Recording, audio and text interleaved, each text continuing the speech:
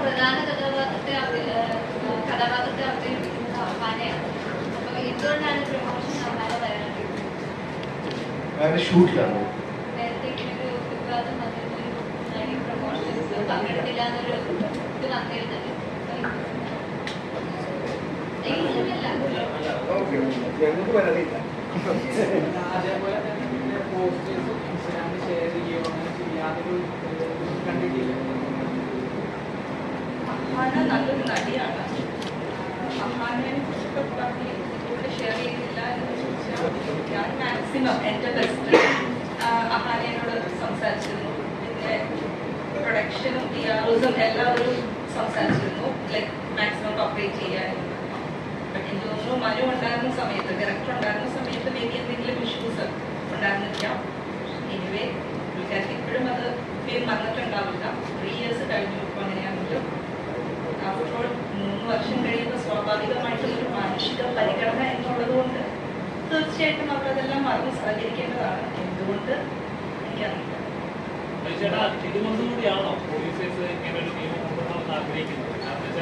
ഏതുകൊണ്ടും ഞാനിപ്പോഴാണ് ഈ കാര്യം അറിയുന്നത്. പ്രമോഷൻ സമയത്ത് അഭിനേതാക്കൾ പലപ്പോഴും സഹകരിക്കുന്നില്ല എന്ന് ആദ്യമായിട്ട് വരുന്നൊരു കാര്യമാണ്. അപ്പോൾ അതുകൊണ്ടാണ് ഈ ആക്ടേഴ്സിന് പ്രതിഫലം കൊടുക്കുമ്പോൾ അല്ലെങ്കിൽ ഇത്ര കൈകരുത് വെച്ചാണെങ്കിൽ ഒരു 30% ആദ്യമേ പിന്നെ ഒരു ഡൗട്ട് കിട്ടെ. ഞാൻ ചോദിക്കില്ല, ഈ ബീവിഷേട്ടന്റെ കാര്യവും ഈ കാര്യം എന്നുള്ള 2 കാര്യങ്ങൾ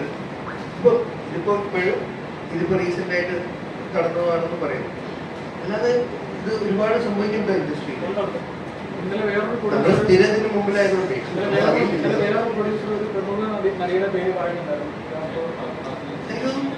അവരുടെ ആക്ച്വൽ റീസൺസ് അസോസിയേഷൻ തിരക്കാം.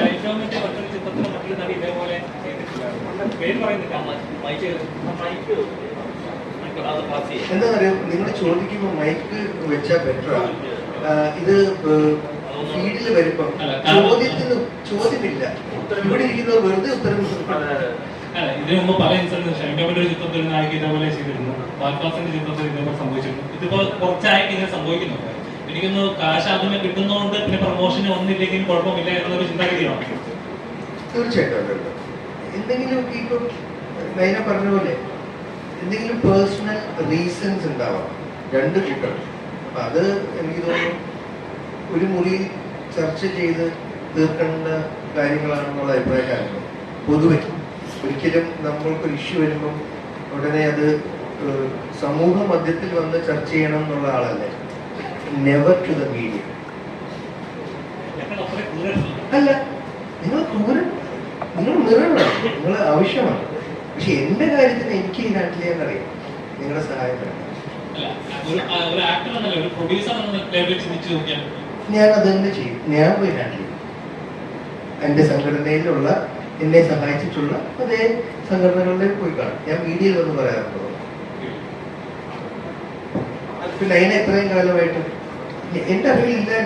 ഞാൻ ഇത്രയും കാലം ഇത് പറഞ്ഞു.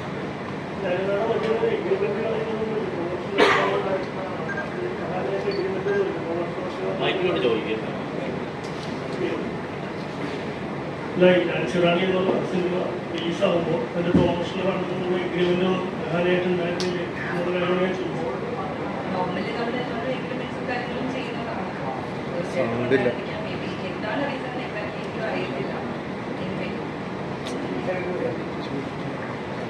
എന്തൊക്കെ പറയാൻ നിർബന്ധിച്ചു കൊണ്ടിരുത്തുന്ന ഒരാളെ അത് മുഴച്ചെടുക്കും. ഏത് സിനിമയിലായിരിക്കും. സോ പാർട്ടിസിപ്പേറ്റ് ചെയ്യുന്നവർ തൽക്കാലം ഹാപ്പി ആയിട്ട് പാർട്ടിസിപ്പേറ്റ് ചെയ്തു. ഞങ്ങൾക്ക് എല്ലാവർക്കും ഈ സിനിമ നാച്ചുറാണ്. ഇപ്പം ചേച്ചിക്കും സോഞ്ചേട്ടനും ഞാൻ സംസാരിച്ചപ്പോൾ നമ്മുടെ ധ്രുവനും അടുത്തവരെ കണ്ടപ്പോൾ മനുവിന് വേണ്ടി ഈ സിനിമ ഞങ്ങൾക്ക് തിയേറ്ററിൽ ഇറങ്ങുന്നു. അതിപ്പോൾ ലാലേട്ടൻ്റെ ഇത് ഇറക്കുന്നു. അദ്ദേഹത്തിൻ്റെ വലിയ മനസ്സിലായി. We are very thanks. കാര്യം അത് അവന് വേണ്ടി ആ സിനിമ തിയേറ്ററിൽ വന്നതാണ്. സിനിമ എന്തോ ആയിക്കോട്ടെ, ഇപ്പം നല്ലതായിരിക്കാം മോശമായിരിക്കാം. ദേവചേട്ടൻ പറഞ്ഞാൽ ഇത്രയും നാളും ഇറങ്ങാതിരുന്നൊരു സിനിമ തമിഴ്നാട്ടിൽ ഇറങ്ങി ഇത്രയും മികച്ച അഭിപ്രായവും കളക്ഷനും നേടിയ 1 മാസമാണ് കഴിഞ്ഞുപോയി. അപ്പൊ അതുകൊണ്ട് തന്നെ ഇതിനും ഭയങ്കര പ്രസക്തിയുണ്ട്. അപ്പം നന്നായി വരട്ടെ എന്ന് നമുക്ക് ആഗ്രഹിക്കാം. നിങ്ങൾക്ക് എല്ലാവർക്കും ഇഷ്ടപ്പെടുത്തി എന്ന് ആഗ്രഹിക്കാം. അജിച്ചേട്ടാ, ഫസ്റ്റ് ഓഫ് ഓൾ അജിച്ചേട്ടനോട് വളരെ റെസ്പെക്ട് തോന്നുന്നുണ്ട്. കാരണം ഒരുപാട് കാസ്റ്റ് ഉള്ള ഒരു സിനിമയാണത്. അർജുന അശോകൻ, ഈ പറഞ്ഞ പോലെ അഹാന കൃഷ്ണ, ധ്രുവൻ, നിങ്ങൾ തന്നെ പറഞ്ഞു ഒരു 36 പേരോളം ഇതിലുണ്ടെന്ന്. അജിത് ചേട്ടൻ തന്നെ ഞെട്ടി ഇങ്ങനെ ഓരോ ദിവസം സെറ്റിൽ ചെല്ലുമ്പോൾ ഓരോ ആൾക്കാർ. പക്ഷെ അത്രയും പേരുണ്ടായിട്ടും അജിത് ചേട്ടന് മാത്രമേ ആ മനസ്സുണ്ടായുള്ളൂ ഈ പ്രസ് മീറ്റിന് വന്ന് ഇങ്ങനെ ഒരു പടം പ്രൊമോട്ട് ചെയ്യാൻ. ദേവി ചേച്ചി ട്രിവാൻഡ്രത്ത്, അല്ല തീർച്ചയായിട്ടും നിങ്ങളെല്ലാവരും ഇരിക്കുന്ന ഓരോരുത്തരും. ദേവി ചേച്ചി അട്ടപ്പാടി എന്ന് വന്നതാ. സോചാൻ ഞാൻ പിന്നെ കൊച്ചിയിലുള്ളവരാണ്. ഞങ്ങൾ ഒരുമിച്ചാണ് തന്നെ. തീർച്ചയായിട്ടും ചേച്ചി എല്ലാവരും ഉണ്ടോ? അപ്പം അതിലെന്താന്ന് വെച്ച് കഴിഞ്ഞാൽ മറ്റുള്ളവർക്കൊക്കെ ഇപ്പൊ ലാൽ സാർ ഒരു പറഞ്ഞ ദിവസം ലാൽ സാറ് ചെന്നൈയിലാണ്. ശ്രീനി സാറിന് നമുക്കറിയാം, അദ്ദേഹത്തിനെ നോക്കിക്കൊണ്ടുവന്ന് ഒരു പ്രൊമോഷൻ എത്തി ബുദ്ധിമുട്ടിക്കാൻ ഒരു താല്പര്യമില്ല. അഹാനയുടെ കാര്യം ഇപ്പൊ നിങ്ങൾ സംസാരിച്ചു. അർജുൻ സുമതി വളരെ ധ്രുവൻ ഷോ നാച്ചുറലി ഇന്നത്തെ ടൈമിനനുസരിച്ച് അവർക്ക് മാച്ച് ചെയ്യാൻ പറ്റില്ല. ഇതൊരു പെട്ടെന്ന് പ്ലാൻ ചെയ്തൊരു കാര്യമായിരുന്നു ഈ പ്രശ്നം. ഇനി ഇത് പതുക്കെ മീഡിയയിലോട്ട് അറിയിക്കുന്നവരും ഏപ്രിൽ 18 എന്നുള്ളൊരു ദിവസം ആകുമ്പോഴത്തേക്കും നമ്മളുടെ പ്രൊമോഷൻ ഇന്റർവ്യൂസ് ഒക്കെ ഉള്ള സമയത്ത് ഇവരിലൊക്കെ പാർട്ടിസിപ്പേഷൻ ഉണ്ടാവും. കാരണം ഇപ്പൊ ഇവിടെ പോസ്റ്ററിൽ പോലും കാണുന്നത് അഹാന കൃഷ്ണയുടെ മുഖമാണ്. എല്ലാ പോസ്റ്റേഴ്സിലും അജിച്ചേട്ടന്റെ ഒരു ഫോട്ടോ പോലും ഇല്ല. തീർച്ചയായിട്ടും. അപ്പോ അറ്റ്ലീസ്റ്റ് ഇപ്പൊ സോഷ്യൽ മീഡിയയിൽ വളരെ സജീവമായിട്ടുള്ള ഒരു വേണമല്ലേ? അതെ അതെ അതെ. അപ്പൊ സോഷ്യൽ മീഡിയയിൽ വളരെ ആക്റ്റീവ് ആയിട്ടുള്ള ഇൻസ്റ്റാഗ്രാമിലായിക്കോട്ടെ യൂട്യൂബിലായിക്കോട്ടെ ആക്റ്റീവായ ഒരാളാണ് അഹാന. അപ്പൊ ഈ അഹാനക്ക് ഇപ്പൊ ഒരുപാട് സിനിമകളും ഇപ്പൊ നമ്മൾ കാണാറൊന്നുമില്ല. അടി കഴിഞ്ഞിട്ട് കുറെ സിനിമ നമ്മൾ കണ്ടിട്ടില്ല. എപ്പോഴും സിനിമയുള്ള ആളാണെങ്കിൽ ഇപ്പൊ ഈ പറയുന്ന എക്സ്ക്യൂസസ് ഒക്കെ ഓക്കെ ആയിരിക്കാം. ആസ് എ പ്രൊഡ്യൂസർ എന്നുള്ളതിൽ ചിന്തിക്കുമ്പോഴും ചെയ്യുന്നത് ശരിയല്ല എന്ന് പേഴ്സണലി നമ്മൾ ഇവിടെ ഇരിക്കുമ്പോൾ തോന്നുന്നുണ്ട്. അഹാന വന്നിരുന്നെങ്കിൽ കുറച്ചും കൂടി ഈ പ്രസ് മീറ്റിന് കുറച്ചും കൂടി ഒരു സോഷ്യൽ മീഡിയ വിസിബിലിറ്റി കിട്ടിയാണ്. അപ്പോ അത്തരത്തിലുള്ള ആളുകൾ മലയാള സിനിമയിൽ വർദ്ധിച്ചു വരുന്നുണ്ട്. ഇവര് തന്നെ ഇന്റർവ്യൂവിന് അവസരങ്ങൾ കിട്ടുന്നില്ല വേണ്ടത്ര എന്ന് പറഞ്ഞ് ഇമോഷണലായിട്ട് ചെയ്ത കാര്യങ്ങൾ നമ്മൾ കണ്ടിട്ടുണ്ട്.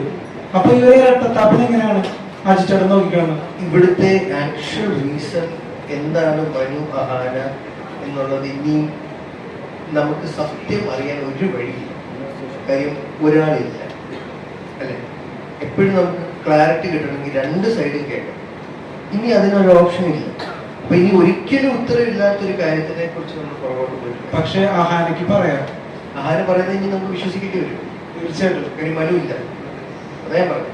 അപ്പൊ അതുകൊണ്ട് നമുക്ക് ആ ചോദ്യത്തിന് പോയിട്ട് കാര്യമില്ല. ഒരു ഡെഫിനറ്റ് ഉത്തരവില്ല. എനിക്ക് പേഴ്സണലി മനുവായിട്ടുള്ള ഫൺ മൊമെന്റ്സ് ഉണ്ടായിരുന്നു. മനസ്സിലായോ? ഞാൻ അയാളോടുള്ള കമ്പനി ആസ്വദിച്ചിട്ടുണ്ട് ആ കോവിഡ് ടൈമിൽ. അതെനിക്കിപ്പോ മാധ്യമത്തിലൊന്നും പറയാൻ പറ്റുന്ന കാര്യങ്ങളല്ല. മനസ്സിലായോ? അപ്പൊ അത് പറഞ്ഞു. പക്ഷെ ആ ഒരു ബന്ധമുണ്ട്. ആ ബന്ധമാണ് സിനിമ സെക്കൻഡറി, ബന്ധമാണ് പ്രൈമറി. ഞാൻ സിനിമയിൽ വന്നത് സുഹൃത്ത് വഴിയാണ്. എൻ്റെ അവസാനത്തെ ഇപ്പൊ ഇറങ്ങിയ സിനിമയും സീരീസും സുഹൃത്തുക്കളോടൊപ്പം തന്നെയാണ് ഗെയിം.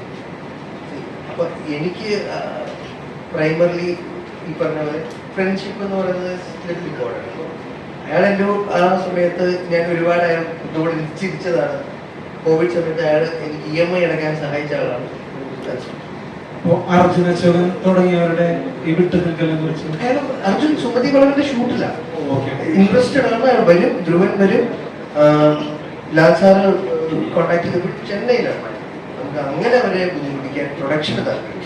ഇനി വരും ദിവസം ഞാൻ പറഞ്ഞില്ലേ, ഇനി April 18 എന്നുള്ള റിലീസിന് മുമ്പുള്ള പ്രൊമോഷണൽ ഇന്റർവ്യൂസ് ഉണ്ടാവില്ല. അത് മിക്ക ഒരു ചേട്ടാ ഈ അടുത്ത് അമീർ ഖാൻ ഒരു സ്റ്റേറ്റ്മെന്റ് കൊടുത്തായിരുന്നു. 20 വർഷമായിട്ട് പ്രതിഫലം വാങ്ങാതെയാണ് അമീർ ഖാൻ അഭിനയിക്കുന്നത്. ഒരു സിനിമ ഹിറ്റ് ആയാൽ ആ ഹിറ്റ് ആയതിൽ നിന്ന് പ്രോഫിറ്റോ അതോ അദ്ദേഹത്തിന്റെ സാലറിയോ മേടിക്കുകയാണ് പതിവ്.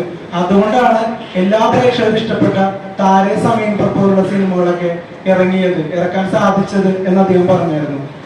ഏതാണ്ട് ഇതേ നിലപാട് മലയാള സിനിമയിൽ ചില പ്രമുഖർ എടുത്തു കഴിഞ്ഞാൽ മലയാള സിനിമയുടെ പ്രതിസന്ധി മാറില്ലേ? ഇവിടെ ചെയ്യുന്നവരുണ്ടല്ലോ, മമ്മൂക്കയൊക്കെ ചെയ്യുന്നുണ്ട്. പേരെടുത്ത് പറയണ്ട, ചെയ്യുന്ന എല്ലാ എന്റെ സുഹൃത്തുക്കളായ താരങ്ങളുണ്ട്. അപ്പം ചെയ്യുന്നുണ്ട്.